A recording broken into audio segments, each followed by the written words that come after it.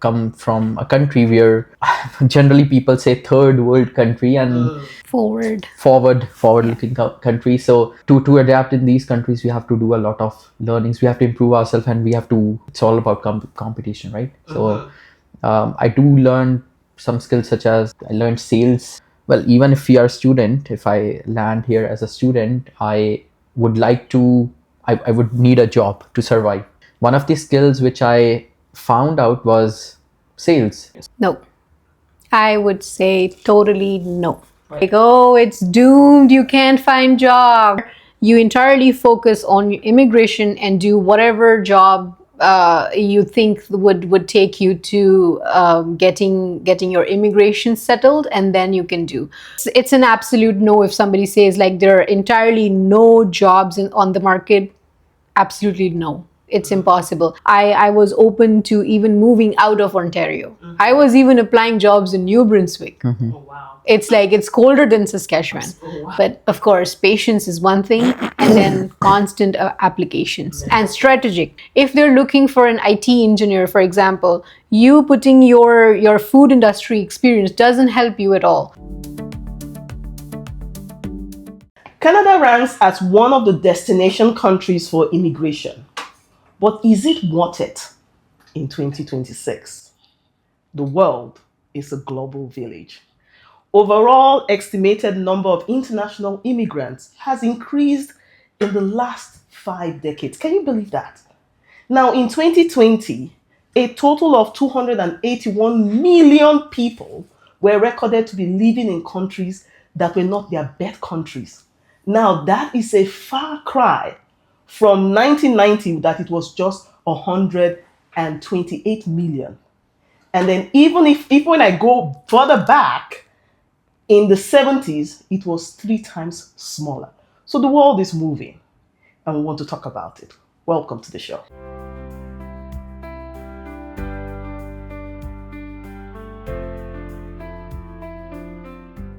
Joining us in this conversation, as always, I am not alone. I have my sister, Osas. And we have 2 amazing guests. I'm going to read their profile because it is packed. So just hold on tight. Don't go anywhere. This is going to be a fantastic episode. So we have right next to me, Abhishek Vig, Operations Excellence Lead. He relocated to Canada in 2021, has expertise in building efficient systems from the ground up, streamlining operations, and leading initiatives that drive measurable performance. Abhishek, you're welcome to the Thank you so much, Izor. And next to him is the lovely Charandip Kaur. I like to call her Rapunzel because if you see her hair, oh my word. She is a project coordinator. She also relocated to Canada in 2022. She has a background in web development, hospitality, and engineering. Charandip, you're welcome. Thanks. So we're going to be discussing. Feel free to ask me questions. I'm going to ask you lots of questions. And our viewers, remember to comment, to like, to share, and join our community. It's a vibrant community. So I'm going to dive right into it. With the very first question, you heard my introduction about how the world is a global village now, people moving back and forth. As they say, gentlemen, so you don't mind if I ask you first? Yes, so tell me, you came here in 2023. What was the story that made you find yourself in Canada, Saskatoon to be precise? As you mentioned already, that I came to Canada in 2021. What made me come to Canada was basically I wanted to grow in my career, want to explore a few destinations, and few of my friends were here. They told me that Canada is a really safe, beautiful place.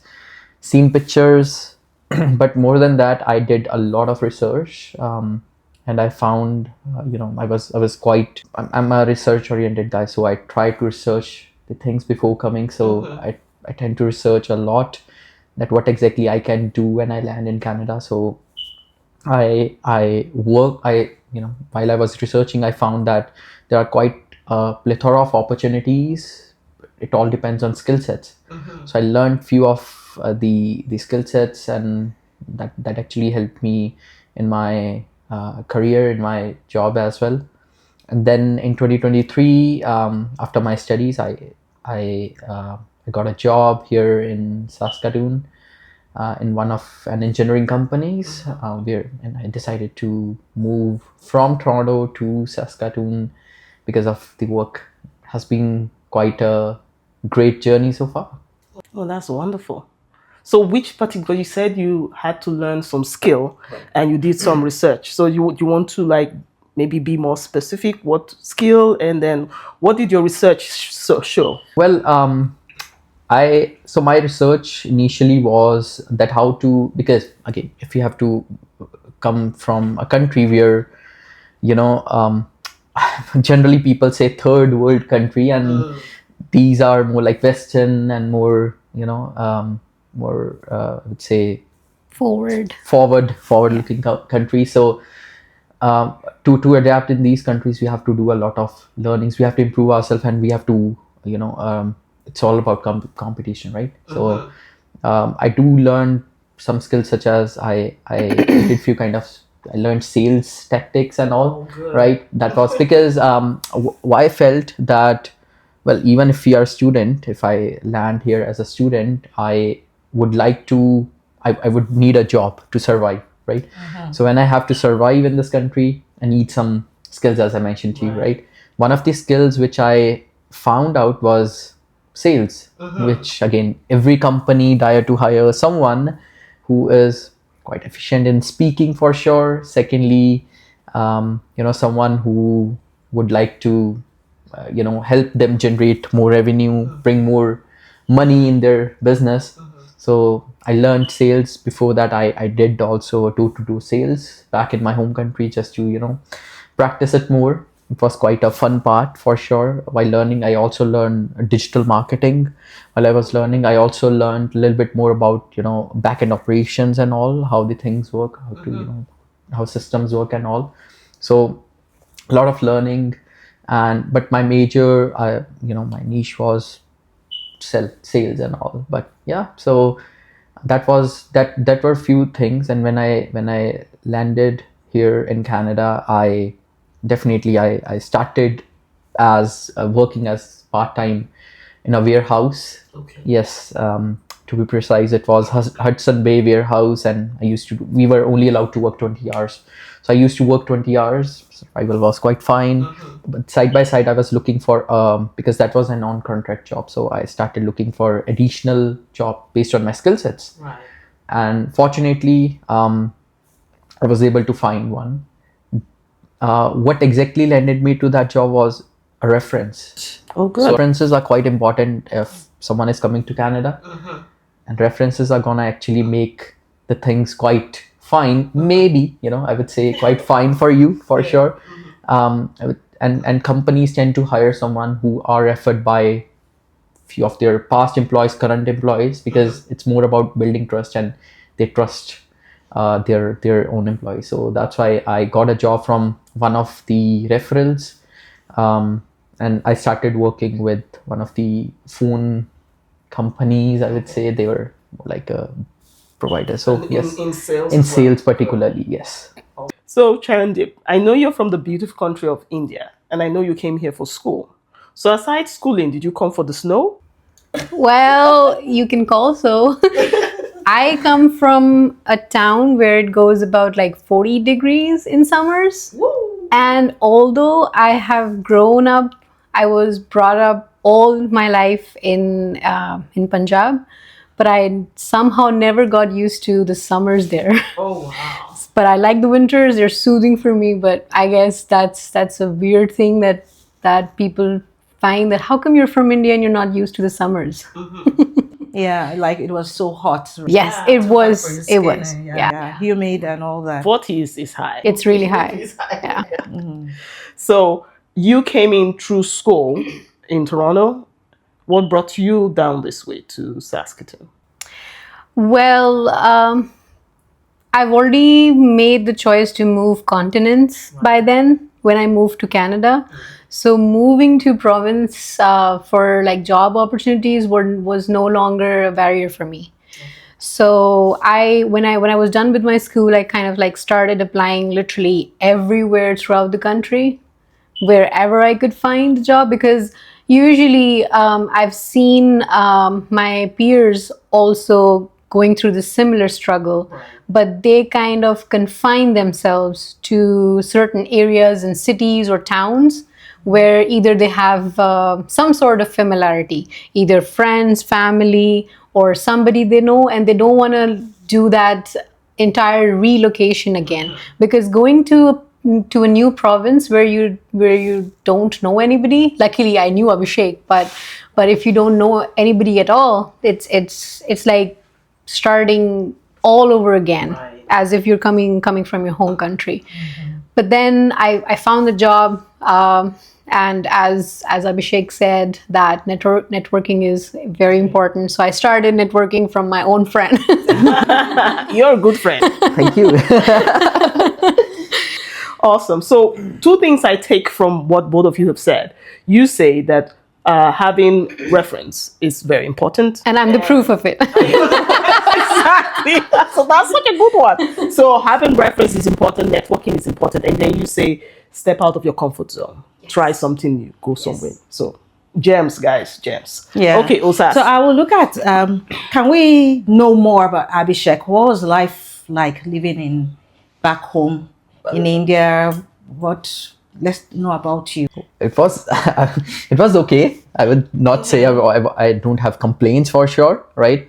It's more about again finding an opportunity and stepping out of your comfort zone. I wanted to step out of my comfort zone. Yeah. My question is more like, can you just give us a little biography about yourself, your family of how many, and what was life growing up? Sure. So I grew up in a nuclear family. I have 4 people in my house, including myself, my parents, and my younger brother. So my younger brother is quite young, like he's 11 years younger than me. So he's still, he look upon me on plenty of things for sure. So I try my best to set an example. But coming back, how was the life? Well, I started my schooling with one of the, I would say, English medium itself. So it was quite fine for me to adjust, but more or less, I chose a little bit different path instead of, so generally, rather than going into senior secondary, it's senior secondary or 12th grade, rather than jumping into that, I chose to do a kind of post-grad diploma in mechanical engineering. Okay. So I have a background in mechanical engineering. So I did a diploma, then I went for graduation. I did a graduation. So after my diploma, I chose to again go out of my city, and I decided to study in a different city, which is like 5-6 hours away from my hometown. So just to learn, just to grow, and just to step out. So yeah, like I did bachelor's there, and then I started working once I completed my bachelor's, and it was quite fine. And then COVID came. But before that, before that I applied already, because I made a decision to move out of country again because of career progression, and side by side I started learning a few skill sets. Awesome, that's a good one. Okay, so I'm going to shift gears now and ask you, it's a good thing you talked about COVID. So you came right after 2020, that was the crazy COVID year. But in 2021, things were still very uncertain in the world. So what was the culture shock when you moved here to Canada compared to India? What were those things that you were like, oh, wow? Oh, wow.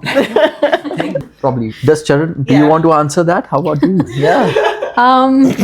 I guess first of all, the independence, or I don't know if you I guess if you're coming right after 12th grade, like you've never been in college, and you're coming right here to study college, then you label it as freedom. Okay.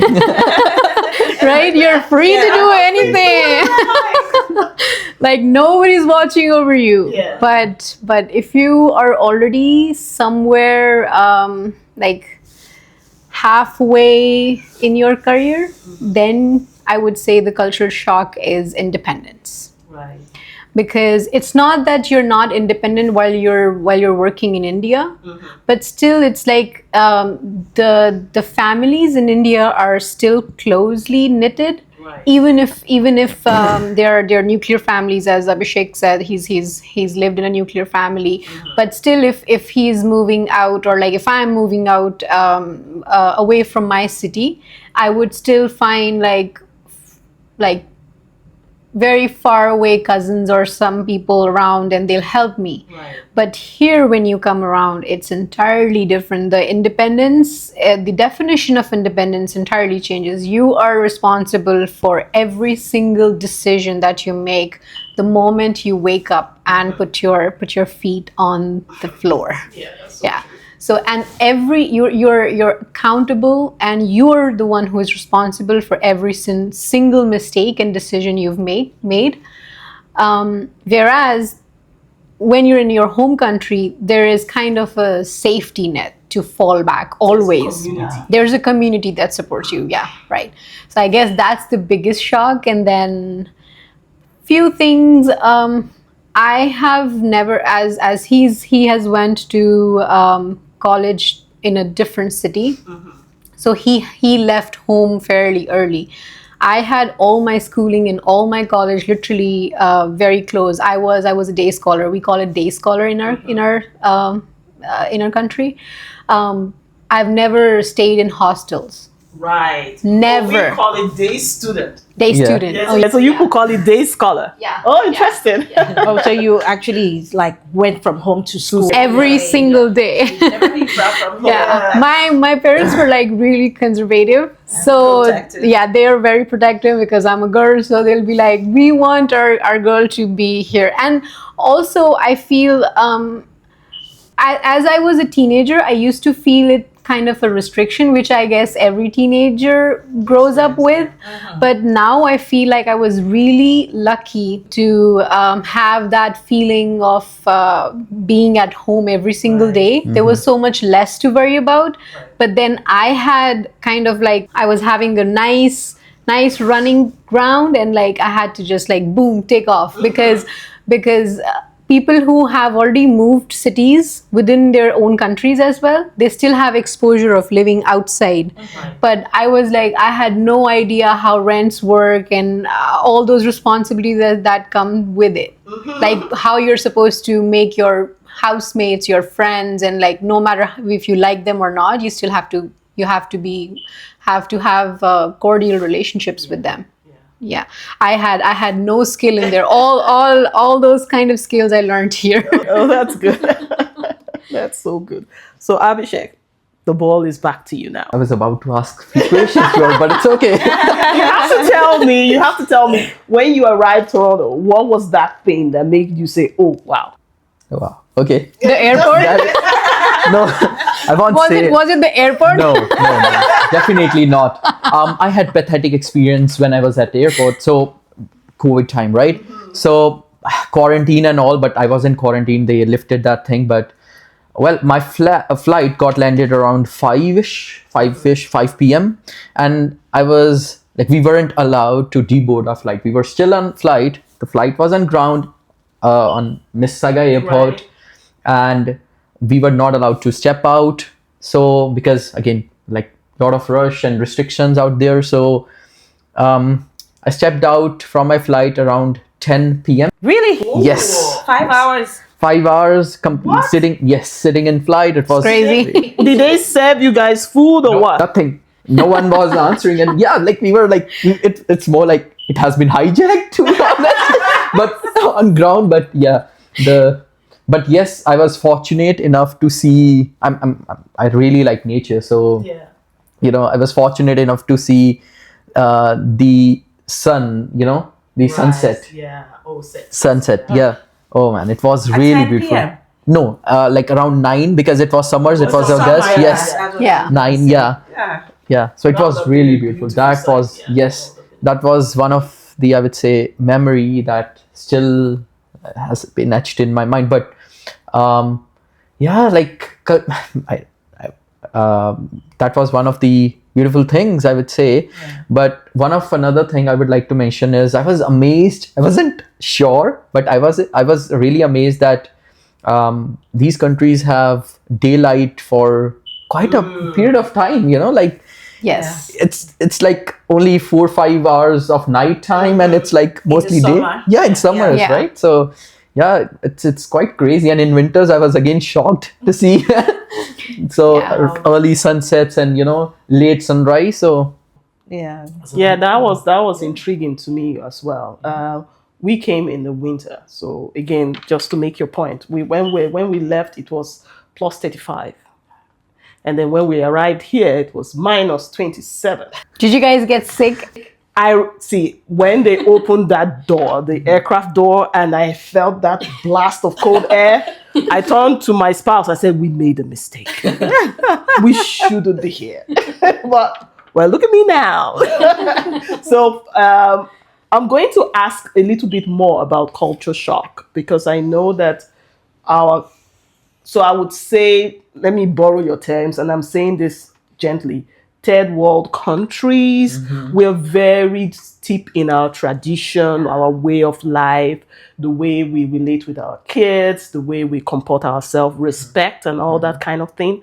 And it's a different ball game here. And if I use myself as an example, when my kids first came, one of the teachers called me and said, "Why don't your children look at us when they speak?" Because the culture we have is you lower your gaze as a show of respect to these. And then they said, and it's a totally different thing here, because once you're engaging them, they want eye contact to be sure that you're listening. And so things like that is what I'm asking. What was it for you? Especially going to school in Canada as opposed to going to school in India. a big difference actually, because okay, let's start with work. You can actually work here even part-time, right? That means you are going to get a real world experience. Right. You're gonna meet real people, and you can start your journey if you get lucky. You can start your journey even when you are working part-time. When I say journey, that Your means career. professional, Yeah, your career professional, journey, yeah. where exactly you want to head out in future. So you should always be forward-looking. This is something I believe in. That being said, like you should have a plan in mind for at least, like if you are coming to a new country, you should have a plan in mind that after studies, are you gonna stick to that part-time job or someone's survival job, or are you gonna get that good job, Right. something that can actually help you to build at last? Because let's be honest here, while we are doing really honest conversation, Yeah. in these countries we don't want to leave, right? Because we like them so much, and we get adapt. And as Charan mentioned, that independence, Right. you get to you can easily make your decisions quite easily, right? No, I don't think it comes easily.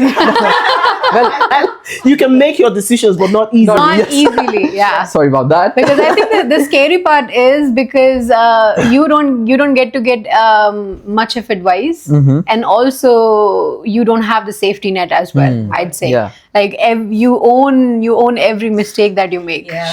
The major difference was, again, as I was mentioning, work. You can work, and whereas back home in India I cannot work. Well, we used to do internships, I would Right. say, right? But here's I would say there is a best example, Charan, who used to work as well while studying. Like she used to do a full-time work, and her, I would say, employer, I believe, was in Canada, right? Yes, you're right. So she was working remotely, so probably Charan will be the best person if she would like to share Remotely while still in India, you mean? Yes. while okay. studying. Yeah. While I was doing my engineering, I started as well. That job actually started as part time. It eventually grew, going up to full time, or you can, like, I don't know. It was more than full time. Yeah. Sometimes I used to do like 10 hours, but also I grew a lot in that role. Like I started as a customer service representative. And then I was literally handling operations for them. So, question. The company was here in Canada. Yes. And you were in India. Yes. And you got the job. How did you get that job from India? Again, networking. Networking. Networking. One of my batchmates used to work for that company, and they were looking for customer representative, and they wanted somebody who can speak nice American accent English. Yeah. Right. Because usually when your client base is more when you're dealing with all sorts of people, Right. you want somebody who can definitely talk in the local languages, like my own native languages, Hindi and Punjabi. But also there are clients that you don't want to give an impression that, oh, these people don't know how to deal with us. Because how you present yourself, like how you sell, as Abhishek said, how you sell is a skill. Right. And your way of speaking, your talking also gives them an impression, because not everybody, like, you're not carrying a tag of your qualification all the time with you, right? The first way a person judges you is how well you're dressed and the moment you speak. Exactly. Right? And when somebody cannot see you, it's just like telephonic conversation. All you have is your voice, like a pleasant voice, tone, structure, how you speak, your control over the language, and then of course the skills, how you want to sell, and you make a good deal out of it. Right. So yes, it started. But coming back to your original point, cultural shocks. I think working on the ground in Canada is different from a remote job. It's just like working from home for any job in the world. Like, you're working from home in your own comfort zone. You're not dealing with colleagues all the time, only when you actually need to talk to them. And like, there's less communication, less formality to deal with. Even your dressing, you're sitting in your comfort zone. You can have your laptop on your lap, and you can work. And I guess it's entirely different. But the cultural shock that going to just like how your son experienced it in our country, especially, whether it be professors, your school teachers, or your colleagues, you call them ma'am and sir. Right. Here, you can deal with your manager, like First name basis. with the first name, and nobody gets shocked. Right. If I go back to my country, and if I go back, I visit my college, and I call any of my professors by their first name, they would not have a nice response to it. Yeah, they would feel very insulted. Yeah, that's so true. I totally resonate with that. Yes. I would like to add one more thing while we are on education part itself. So education here is a little bit different, I would say. A lot different, I would say, as compared to back home. Like there, well, you have to attend, I would say, almost all lectures, and it's more like theoretical, I would say. Like you are, bounded for full day, 8 hours, you are just studying. Yeah. Whereas there is no practical approach, not that much. But here, you get a chance to, focus a lot on practicality. It's not like exam culture kind of thing that you have to only take exams and exams. Right. Your assignments, whatever you do in class, like your test, also matters a lot, which also is a part of your grading system.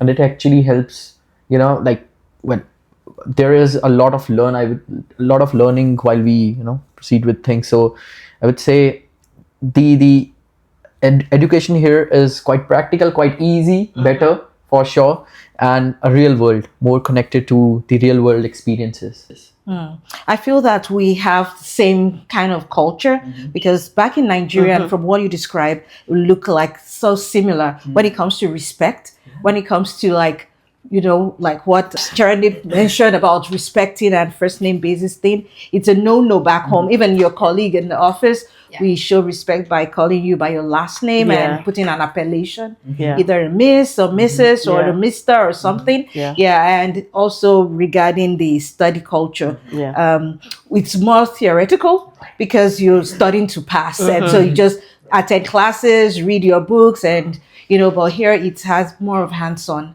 You have to you either know it or you don't know it. You don't just cram and pour. Yeah, which we do a lot back there, except in some schools or some professions might be a little bit practical, particularly if you go to a technical college, because that is more practical. But when it's university, you just read theory. You go read and all that. But I didn't go to school here in Canada, but from what I have heard from you and a couple of other people, that's another good culture shock, and I think it's a progressive one. Yeah, for people. And the thing with that is the kids that are in grade school, they prep them already. Like my daughter now, they're telling them to write resumes. They're telling them to they give them a project where they decorate a house. So a lot of things are hands-on. So by the time you get to the higher education, you're already used to hands-on kind of learning where you do assignments, do projects. It's very practical. But for us, you cannot go. Some people, they would skip on classes and then pull an all-nighter just to pass the exam. So that's one very good one that I like here in Canada. So we're going to shift gears again. I know you've touched on this when you talked about career.